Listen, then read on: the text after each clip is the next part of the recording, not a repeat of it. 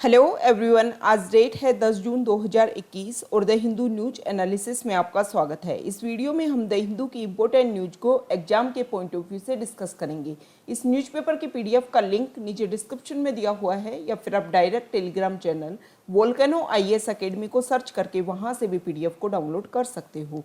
First news, आज हम BRICS organisation के बारे में डिस्कस करने वाले हैं। सबसे पहले मैप देख लीजिए कि ब्रिक्स ऑर्गेनाइजेशन में 5 कंट्रीज आती हैं।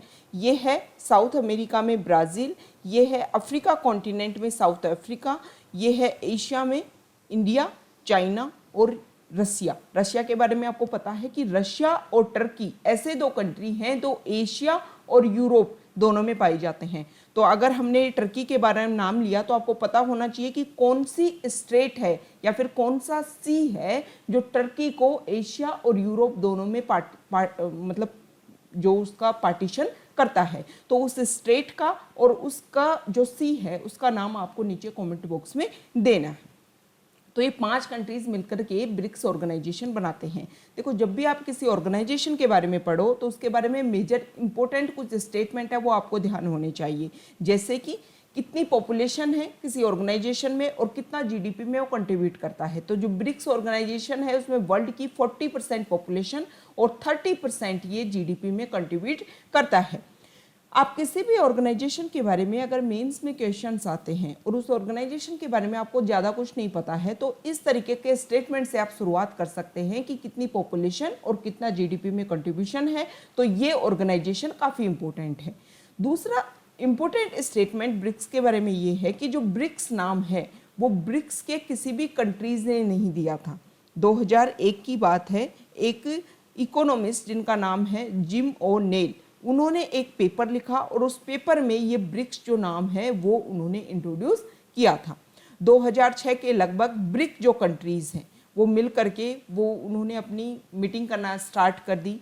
2006 में ये स्टार्ट हुआ और बाद में एक क्राइसिस होता है, फाइनेंशियल ग्लोबल फाइनेंशियल क्राइसिस, उसके बाद में साउथ अफ्रीका को भी इसमें इंट्रोड्यूस किया जाता है और बाद में जब साउथ अफ्रीका इसका मेंबर बन जाता है तब ये ब्रिक्स से हो जाता है ब्रिक्स। तो इसके बारे में इंपॉर्टेंट स्टेटमेंट प्रीलिम्स में क्वेश्चन भी आ चुका है कि क्या ब्रिक्स स्टार्ट से ही ब्रिक्स था? नहीं, स्टार्ट से जो ब्रिक्स ऑर्गेनाइजेशन है वो ब्रिक के नाम से जाना जाता था। बाद में इसमें साउथ अफ्रीका जब इसमें ऐड हुआ तब इसको ब्रिक्स के नाम से जाना जाने लगा। अब इस ब्रिक्स को लेकर के कुछ इश्यूज हैं, फिर इसके कुछ प्रॉफिट्स हैं, हम दोनों को डिस्कस करेंगे। सबसे पहले हम इश्यूज को डिस्कस कर लेते हैं। सबसे फर्स्ट मेजर जो इशू है वो लैक ऑफ फोकस, मतलब इसके ऊपर 2006 से इसको बना दिया गया था लेकिन इसमें ज़्यादा वर्क नहीं किया गया ब्रिक्स के ऊपर, इसके ऊपर फोकस की कमी रही क्योंकि इसके जो मेंबर कंट्रीज़ हैं वो सिर्फ इसी ऑर्गेनाइजेशन में नहीं है, वो अदर ऑर्गेनाइजेशन के भी मेंबर्स हैं, तो उन्होंने वहाँ पर ज़्यादा फोकस किया ना कि ब्रिक्स के ऊपर ज़्यादा फोकस किया। इसी वजह से इसमें कमी रही और इसके ऊपर ज़्यादा वर्क नहीं हो पाया।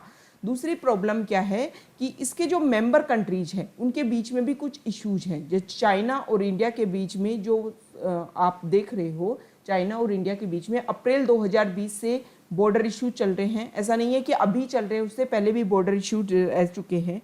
इसके अलावा रशिया और चाइना के बीच में भी कुछ प्रॉब्लम है, जैसे रशिया और चाइना दोनों ही चाहते हैं कि वो अपना खुद का स्ट्रॉन्ग बेस बनाए और इसी को लेकर के दोनों के बीच में इशू है।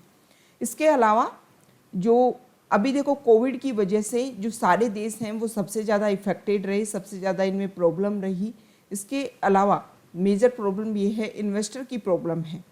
चाइना ने 2017 में बेल्ट एंड रोड इनिशिएटिव अपना स्टार्ट किया और उसको अपोज किया गया इंडिया के द्वारा भी और रशिया के द्वारा भी। तो जब दोनों सारे कंट्रीज एक ऑर्गेनाइजेशन के मेंबर हैं और फिर भी जब वो एक दूसरे के इनिशिएटिव को अपोज कर रहे हैं तो वो ऑर्गेनाइजेशन अच्छे से वर्क कैसे कर पाएगा? ठीक, कोविड-19 की वजह से परेशानी रही, ये भी काफ़ी मेजर इशू निकल कर के आया क्योंकि कोविड की वजह से सारे देश पर्सनली इफेक्टेड हुए। सारे देशों ने मिलकर के उस प्रॉब्लम को अपना नहीं माना और जब तक, आज हम द हिंदू में भी इस स्टेटमेंट को पढ़ेंगे कि जब तक एक व्यक्ति भी अगर सेफ नहीं है ना तो कोई भी सेफ नहीं है, चाहे कितना ही आप नेशनलिज्म कर लो वैक्सीनेशन का, जब तक आप हर एक को सेफ नहीं करोगे तब तक पूरा वर्ल्ड सेफ नहीं रह पाएगा। इसके अलावा ये तो हमने लैक्स देखी, कमियां देखी, क्या क्या प्रॉब्लम है ब्रिक्स को लेकर के। अब हम देखते हैं कि अचीवमेंट क्या है। अचीवमेंट में सबसे पहला अचीवमेंट ये है कि रेगुलर समिट। बहुत सारे ऑर्गेनाइजेशन ऐसी हैं जिनकी कई लंबे समय तक जिनकी समिट ही नहीं हो पाती हैं, लेकिन ब्रिक्स की रेगुलर समिट होती हैं, ये हमने देखा है। दूसरा, ब्रिक्स ने वर्ल्ड बैंक का एक अल्टरनेटिव बनाया, मतलब खुद का एक बैंक बनाया है, न्यू डेवलपमेंट बैंक के नाम से जिसको जाना जाता है, और जिसमें इनिशियल कैपिटल उन्होंने रखी थी $100 बिलियन की। इसके अलावा ग्लोबल लिक्विडिटी जो क्रंचेज आते हैं उनको डील करने के लिए भी उन्होंने फंड बनाया। ब्रिक्स पेमेंट सिस्टम को उन्होंने इंट्रोड्यूस किया। जियोपॉलिटिकल जो इवेंट्स होते हैं, जैसे बहुत सारी प्रॉब्लम होती है, बहुत सारे कुछ इश्यूज आते हैं, उनको निपटने के लिए भी इन्होंने काफ़ी अच्छा वर्क किया। और इंडिया, चाइना और रशिया जिस तरीके से कोशिश कर रहे हैं कि अफगानिस्तान में पीस एस्टेब्लिश हो सके, वो भी काफ़ी अच्छा इनिशिएटिव है। तो ये इस तरीके से जो ब्रिक्स है वो हमेशा रेगुलर जो मल्टीलेटरल इंस्टीट्यूशन है उनकी तरह कोशिश कर रहा है कि मेजर ऑर्गेनाइजेशन के बनकर के सामने आए और कोशिश करी जाए कि हम क्या करें, कोशिश की जाए कि एक मेजर ऑर्गेनाइजेशन के रूप में ब्रिक्स सबके सामने आए। दूसरा, हमने देखा है कि कोविड के समय में जो वैक्सीन में वेवर का रूप निभाया कि वैक्सीनेशन जो भी कंपनीज बना रही हैं उनको आप इंटेलेक्चुअल राइट्स ना दें। इसमें इंडिया और साउथ अफ्रीका ने मिलकर के WTO के साथ में मिलकर के ये काफ़ी अच्छा काम किया है कि पैंडेमिक जो है उसको निपटने के लिए सभी कंट्रीज़ को, पूरे वर्ल्ड को, पूरे ग्लोबल को एक साथ सामने आना है। तो ये काफ़ी अच्छा इनिशिएटिव रहा और इसके ऊपर अब जो US जैसे कंट्रीज हैं उनको भी सोचने पर मजबूर कर दिया है कि अभी जो भी वैक्सीन मैन्युफैक्चर कंपनीज हैं उनको इंटेलेक्चुअल प्रॉपर्टी राइट्स ना दिए जाएं, बल्कि अदर कंपनीज भी वैक्सीन बनाएं ताकि इस पेंडेमिक से हम अच्छे से निपट सकें।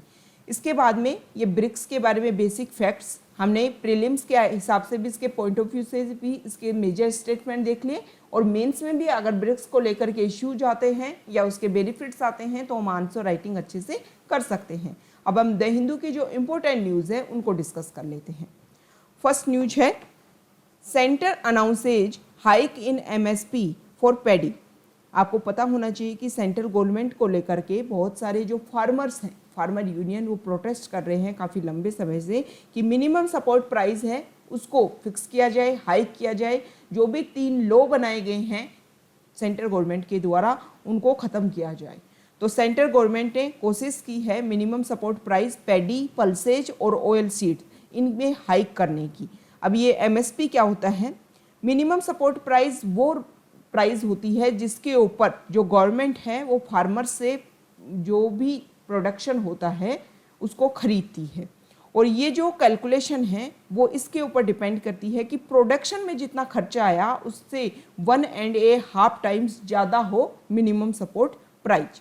अब ये मिनिमम सपोर्ट प्राइस है, इसके बारे में डिसीजन लिया जाता है cabinet committee on economic affairs. ठीक है, the commission for agriculture cost and prices वो डिसाइड करता है, मतलब CACP जो है वो डिसाइड करता है कि कितनी क्या रहने वाली है, MSP रहने वाली है। अब ये CACP के बारे में अगर हम डिस्कस करें तो commission for agriculture cost and prices ये ministry of agriculture and family welfare के अंडर आता है। जनवरी 1965 में CACP को बनाया गया था, और ये एक एडवाइजरी बॉडी है, वो जो भी रिकमेंडेट करती है गवर्नमेंट को। ऐसा नहीं है कि गवर्नमेंट उसको बाइंड ही करे, उसको ऊपर अप्लाई करे, गवर्नमेंट जरूरी नहीं है कि उसको माने। उसकी जो रिकमेंडेशन है वो सिर्फ एडवाइजिंग होती है, उसको मानना या ना मानना गवर्नमेंट के ऊपर डिपेंड करता है। तो ये मिनिमम सपोर्ट प्राइस के बारे में देखा, जो बॉडी डिसाइड करती है उसके बारे में हमने देखा, गवर्नमेंट के ऊपर उसका क्या इम्प्लीकेशन होता है उसके बारे में हमने देखा। देखो, गवर्नमेंट ने ये जो भी हाइक्स किए हैं वो इसलिए किए हैं कि जो फार्मर्स हैं वो मतलब जो रेगुलर फसल जो बोते आ रहे हैं उनमें कुछ डाइवर्सिफिकेशन हो, जैसे पल्सेज की तरफ जाएं फार्मर्स, ऑयल सीड्स की तरफ जाएं, पैडी की तरफ जाएं, इसके अलावा जो कोर्स ग्रेन्स होते हैं उसकी तरफ जाएं, क्योंकि बाजरा की जो प्राइस है वो गवर्नमेंट ने बढ़ाई है। तो इस तरीके की जब जिनको लेस वाटर की ज़रूरत होती है, सॉरी पैडी को तो देखो वाटर की ज़रूरत होती है, लेकिन जो अदर जो ये चीज़ें इनको लेस वाटर की ज़रूरत होती है, इसकी वजह से इरिगेशन की जो समस्या है उससे भी हम निपट सकेंगे। जो प्रोडक्शन है वो भी हाइक होगा और फार्मर्स हैं उनको भी प्रॉफिट ये होगा कि उनको अच्छा पैसा मिलेगा। Next news, shun vaccine nationalism says UNGA president elect. Abdulla Shahid कौन है? मालदीव के फॉरेन मिनिस्टर, और वो फॉरेन मिनिस्टर जिनको इंडिया ने सपोर्ट किया यूनाइटेड नेशन जनरल असेंबली के प्रेसिडेंट इलेक्ट करने के लिए। वो अच्छे से इलेक्ट हुए, इंडिया ने उनको सपोर्ट किया। अब उन्होंने स्टेटमेंट दिया है, स्टेटमेंट ये दिया है कि जब तक no one is safe until everyone is safe, कोई भी सेफ नहीं है जब तक सभी सेफ नहीं है। ठीक है, मतलब उन्होंने सीधा सा प्रहार किया है, सीधा सा अटैक किया है वैक्सीनेशन प्रोग्राम को लेकर के। उन्होंने बोला है कि जब तक आप वैक्सीनेशन प्रोग्राम को नेशनलिज्म के रूप में रहोगे कि मेरा कंट्री सेफ रही, तब तक आप सेफ नहीं रह पाओगे, क्योंकि इस पूरे वर्ल्ड में अगर 1% भी इफेक्टेड है कोविड की वजह से तो पूरा वर्ल्ड इफेक्टेड दोबारा से हो सकता है। तो आपको वैक्सीन नेशनलिज्म को बंद करना होगा, ग्लोबल वर्ल्ड को अपना खुद का नेशन मान करके, खुद का कंट्री मान करके वर्क करना होगा, तभी हम इस पेंडेमिक को इरेडिकेट कर पाएंगे, इसको डिस्ट्रॉय कर पाएंगे। Next news, central deputation of officers very low, DOPT tells state. DOPT ने स्टेट्स को बोला है कि सेंट्रल डेपुटेशन पर जो भी ऑफिसर्स आने चाहिए वो बहुत ही ज़्यादा कम है। देखो, हर साल सेंट्रल गवर्नमेंट के द्वारा अपॉइंट किया जाता है इनको, ऑफिसर्स को, IAS IPS और जो भी IOFS फॉरेस्ट ऑफिसर जो होते हैं इनको अपॉइंट किया जाता है। उसके द्वारा हर साल सेंट्रल गवर्नमेंट एक लिस्ट बनाती है और उस सेंट्रल गवर्नमेंट लिस्ट में ये रिकमेंडेड किया जाता है कि किस किस स्टेट से कितने ऑफिसर सेंट्रल डेपुटेशन के ऊपर आएंगे, मतलब कुछ समय वो सेंटर में काम कर करके जाएंगे। अब ये इशू क्या है? इशू ये है कि वेस्ट बंगाल के जो चीफ सेक्रेटरी हैं उनको बुलाना चाह रही थी सेंट्रल गवर्नमेंट डेपुटेशन के ऊपर, लेकिन वहाँ की जो CM है ममता बनर्जी, उन्होंने इस चीज़ को मना कर दिया। अब डेपुटेशन क्या होता है?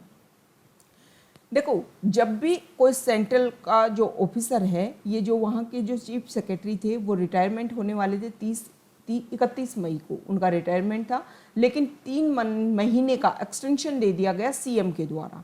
अब सबसे इम्पोर्टेंट बात यह है कि मान लो किसी को रिटायरमेंट है तो उसको एक्सटेंशन दिया जा सकता है। वो ऑफिसर या तो किसी स्पेशल कमेटी का मेंबर हो या किसी स्पेशल वर्क में लगा हुआ हो, तब उसके टाइम पीरियड को, उसके टर्म को एक्सटेंड किया जा सकता है। इसके अलावा अगर वो चीफ सेक्रेटरी के रूप में काम कर रहा है किसी स्टेट में, तो उस ऑफिसर को भी 6 महीने तक का एक्सटेंशन दिया जा सकता है। ठीक है, तो अब क्या होगा? देखो, जो ऑल इंडिया सर्विसेज का रूल 7 ये बात कहता है कि किसी भी ऑफिसर को अगर आपको सेंट्रल गवर्नमेंट उसको बुला रही है तो उसके ऊपर जो आना या ना होना, वैसे तो सेंटर और स्टेट मिल करके इसके ऊपर डिसीजन लेते हैं कि किस ऑफिसर को सेंटर में भेजना है और कोई ऑफिसर कहाँ पर वर्क करेगा, लेकिन अगर स्टेट गवर्नमेंट के द्वारा मना कर दिया जाता है कि ये ऑफिसर सेंटर में नहीं आएगा तो सेंट्रल गवर्नमेंट उसके ऊपर वर्क नहीं कर पाती है। नेक्स्ट न्यूज यहाँ देखिए, Telangana high court to get 18 more जजेस। देखो, तेलंगाना हाई कोर्ट ने, तेलंगाना जो गवर्नमेंट है उसके द्वारा काफ़ी लंबे समय से सेंट्रल गवर्नमेंट के को इस बात के लिए बोल रखा था, नोटिस दे रखा था कि यहाँ पर जो हाई कोर्ट है तेलंगाना का उसमें जजेस की संख्या को इंक्रीज किया जाए। तो अब इसके ऊपर वर्क किया जा रहा है। 18 मोर जजेस तेलंगाना हाई कोर्ट को जल्दी मिलने वाले हैं। नेक्स्ट न्यूज, देखो, लद्दाख में एक रिजर्वेशन पॉलिसी आई है कि वहाँ पर जो भी जॉब्स हैं उनमें वहाँ के जो लोकल लोग हैं उन्हीं को दिया जाएगा। हालांकि अभी इसके ऊपर जो डिसीजन है वो बिल्कुल क्लियर नहीं आया है, लेकिन ये इस तरीके का एक ऑर्डर पास हुआ है। नेक्स्ट न्यूज काफ़ी इंपॉर्टेंट न्यूज़ है वीमेन एम्पावरमेंट को लेकर के। हमारी जो आर्मी एविएशन कॉर्प्स है उसमें पहली बार 2 वीमेन ऑफिसर्स को इंट्रोड्यूस किया गया है, उनको सिलेक्ट किया गया है हेलीकॉप्टर पायलट ट्रेनिंग के लिए। तो ये वीमेन एम्पावरमेंट को लेकर के काफ़ी अच्छी न्यूज़ है कि पहली बार वीमेन्स को इंट्रोड्यूस किया जा रहा है पायलट ट्रेनिंग में। नेक्स्ट न्यूज, पक्के tiger reserve contingency workers go on strike. पक्के टाइगर रिजर्व, इसको, ये जो पक्के टाइगर रिजर्व है इसको पखुई टाइगर रिजर्व के नाम से भी जाना जाता है और ये अरुणाचल प्रदेश में है। जो ईस्टर्न हिमालय बायोडाइवर्सिटी हॉटस्पॉट है उसमें ये टाइगर रिजर्व गिरता है। सबसे ज़्यादा ये जो टाइगर रिजर्व है वो हॉर्न बिल की जो स्पीसीज है उसके लिए काफ़ी इम्पोर्टेंट है। उनको इन ये जो हॉर्न बिल हैं उनको देखने की इम्पोर्टेंट साइट्स यहाँ पर मौजूद हैं। ये जो पक्के टाइगर रिजर्व हैं इसमें दिसंबर 2020 से बहुत सारे वर्कर्स वर्क काम कर रहे हैं, लेकिन उनको उनका जो वेजेज हैं वो नहीं मिल पा रहा है, इसी को लेकर के वो स्ट्राइक पर हैं। इसके अलावा जो नामदापा टाइगर रिजर्व है उसकी में भी इसी तरीके का इशू देखने को मिला था। तो ऐसा नहीं है कि पहली बार इस तरीके का इशू देखने को मिला है कि उनको उनकी जो वेजेस हैं वो अवेलेबल नहीं हो पाए। देखो हमारे लिए इम्पोर्टेंट हो जाते हैं ये टाइगर रिजर्व, इनके जो नाम है वो इम्पोर्टेंट हो जाते हैं, क्योंकि प्रीलिम्स में देखो क्वेश्चंस द हिंदू से उठते हैं, ये आपको क्लियर होना चाहिए। मेंस में देख लो, प्रीलिम्स में देख लो, प्रीलिम्स में इतना सा स्टेटमेंट आएगा द हिंदू में और क्वेश्चन बन जाएगा उसके ऊपर। तो आपको इस तरीके की जो नाम, ये टर्म्स जो न्यूज़ में रहती हैं वो आपको पता होना चाहिए। जो पक्के tiger reserve Pakhui tiger reserve के नाम से जाना जाता है और ये इम्पोर्टेंट हो जाता है। नेक्स्ट न्यूज है with jabs and SOPs Kashmir gear up to welcome tourist. Tourism जो डिपार्टमेंट है कश्मीर का, उन्होंने बोला है कि हम 2 तरीके से काम कर रहे हैं कि ताकि जो टूरिज्म इंडस्ट्री काफ़ी लंबे समय से बंद है उसको दोबारा से रिवाइवल किया जाए। पहला तो हम कोशिश कर रहे हैं कि जो भी टूरिज्म इंडस्ट्री से होटल मालिक या फिर और भी जो घुमाने वाले होते हैं वो सब कुछ उन सबको वैक्सीनेशन दी जाए। ठीक है, सबसे पहला वर्क तो हम ये कर रहे हैं। दूसरा हम वर्क ये कर रहे हैं कि जो भी टूरिस्ट यहाँ पर आएंगे उनको किस तरीके से स्टे किया जाएगा कि सेफ्टी से प्रोटेक्शन के साथ में उनको कश्मीर में रखा जा सके। तो इसी के लिए जो भी होटल के रूम हैं वो काफ़ी वेंटिलेटेड होने चाहिए, काफ़ी एयरी होने चाहिए। इसके अलावा जब जो होटल हैं उसमें आए तो कॉन्टैक्ट लेस उनकी एंट्री होनी चाहिए। तो इस तरीके से उनको हम सेफ्टी प्रोवाइड करवा पाएंगे। तो ये सारी चीज़ें कोशिश की जा रही है। और इसके अलावा जो भी टूरिस्ट स्पॉट है जहाँ पर टूरिज्म जो है प्रमोशन किया जाता है, जैसे डल लेक है या फिर शिकार वालास हैं, हाउस बोट ओनर्स हैं, इन सबको भी वैक्सीनेशन दी जा रही है ताकि उन सबको प्रोटेक्शन दी जा सके। Next news, revive free ration scheme for migrants activist अर्ज सेंटर। सबसे पहले कॉन्टेक्स्ट देखेंगे। सुप्रीम कोर्ट ने ये बोला कि पिछले साल भी ऐसा हुआ था कि जिन लोगों के पास राशन कार्ड है उन लोगों को आपने प्रधानमंत्री गरीब कल्याण योजना के तहत 5-5 किलो एक्स्ट्रा राशन दिया। प्रॉब्लम क्या है, ऐसे माइग्रेंट वर्कर्स जिनके पास में राशन कार्ड नहीं है, तो सुप्रीम कोर्ट ने अपने स्टेटमेंट में बोल दिया है कि जो भी स्टेट गवर्नमेंट है या सेंट्रल गवर्नमेंट उन सबको मिल करके इन माइग्रेंट वर्कर्स के वेलफेयर के लिए काम करना है। उनको जो फ्री ग्रेन्स जिनको आप प्रोवाइड करवा रहे हो, फ्री राशंस, वो इनको भी प्रोवाइड करवाना है। इसके अलावा जो माइग्रेंट वर्कर्स अपने घर पर जा रहे हैं उनके लिए जो कुक्ड फूड है उसकी भी व्यवस्था करनी होगी हर स्टेट को। तो इस तरीके का स्टेटमेंट दिया गया है जुडिशरी के द्वारा। कल भी हमने देखा कि जुडिशरी ने क्या क्या वर्क किया, तो ये भी काफ़ी अच्छा वर्क है जुडिशरी का कि माइग्रेंट वर्कर्स के लिए जुडिशरी ने किस तरीके से इंटरवेंट किया। तो ये आपको ध्यान होना चाहिए। ये जुडिशरी के जो स्टेटमेंट है, जुडिशरी का जो इंटरवेंट रहा है कोविड को निपटने के लिए, कोविड को इरेडिकेट करने के लिए जो जुडिशरी ने वर्क किया, वो सारे वर्क आपको ध्यान में होने चाहिए। मेंस में क्वेश्चंस आ सकता है। नेक्स्ट न्यूज है फॉरेन पेज से। देखो जो चाइना है, चाइना इकोनॉमिक थ्रेट देने की कोशिश कर रहा है पूरे वर्ल्ड को, और उसी से निपटने के लिए जो एक थ्रेट ग्रो हो रही है उसको काउंटर करने के लिए यूएस है वो कोशिश कर रहा है, अपनी टेक्नोलॉजी रिसर्च को इस तरीके से डेवलप करने की कोशिश कर रहा है कि चाइना को काउंटर किया जा सके।